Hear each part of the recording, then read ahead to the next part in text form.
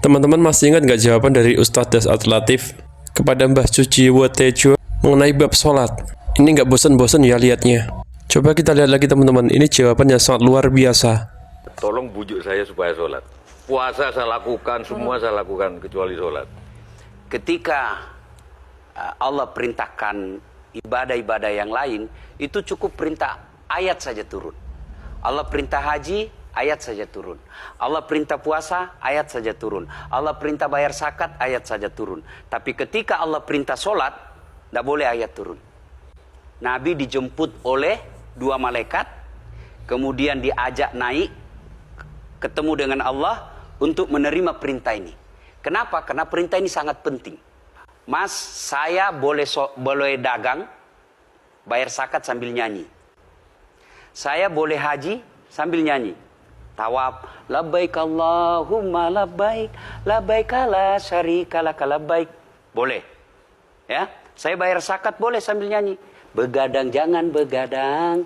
Kenapa? Salat tak boleh. Allahu Akbar. Darah muda, darahnya pada batal salat saya. Kenapa? Inilah puncak penghambaan kepada Allah. Jadi puncak penghambaan kalau saya meraku hamba, salat.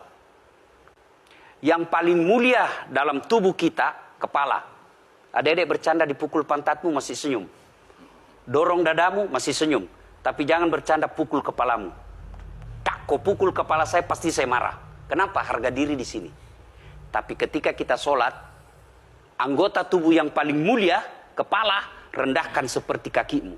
Masya Allah. Kita akan masuk ke next block. Ini penting. Kalau saya sudah mulai ini. Oke. Ya, karena kalau ketika saya mau sholat, saya melihat banyak koruptor sholat. Ya. Saya melihat banyak orang sholat yang kalau saya ajak ngomong main HP, nggak punya adab. Yang paling enak memang sholat tidak korupsi. Yang paling nyaman memang, paling ideal sholat jujur.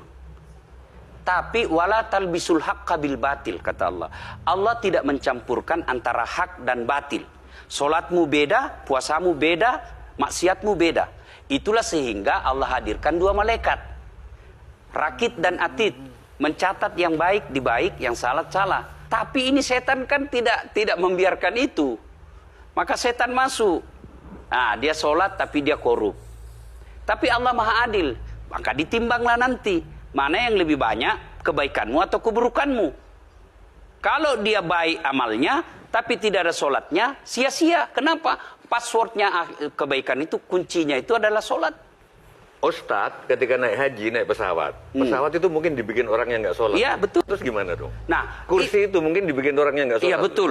Terus? Nah, bagi orang yang tidak sholat itu, Allah nanti perlihatkan amalnya. Yang ciptakan listrik ini luar biasa amalnya. Iya. Saya bisa dakwah karena ada mic. Iya. Dan mic itu dari orang non-muslim yang Iya. ciptakan. Maka Allah nanti pamerkan. Ini kau punya amal. Ini 10 guda, 10 miliar kau punya amal. Mana passwordnya? Mana kuncinya? Kuncinya itulah sholat. As-sholatu imanuddin, as-sholatu miftahul jannah. Sholat itu kunci kebaikan, sholat itu tiangnya agama. Sebuah bangunan, dia bisa berdiri tanpa dinding. Sebuah bangunan, dia bisa kokoh tanpa atap.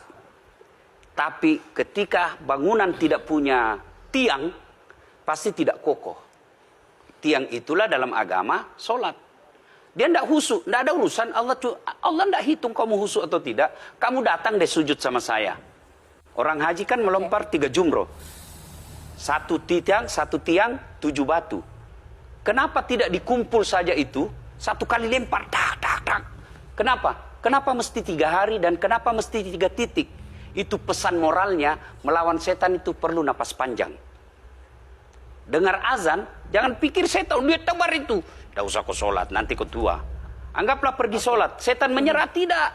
Buru-buru kamu, buru-buru. Akhirnya apa? Wudhu tidak sempurna. Anggaplah Anda wudhu dengan sempurna. Setan menyerah, tidak. Masuk masjid. Tidak usah sholat sunnah, tidak usah sholat sunnah.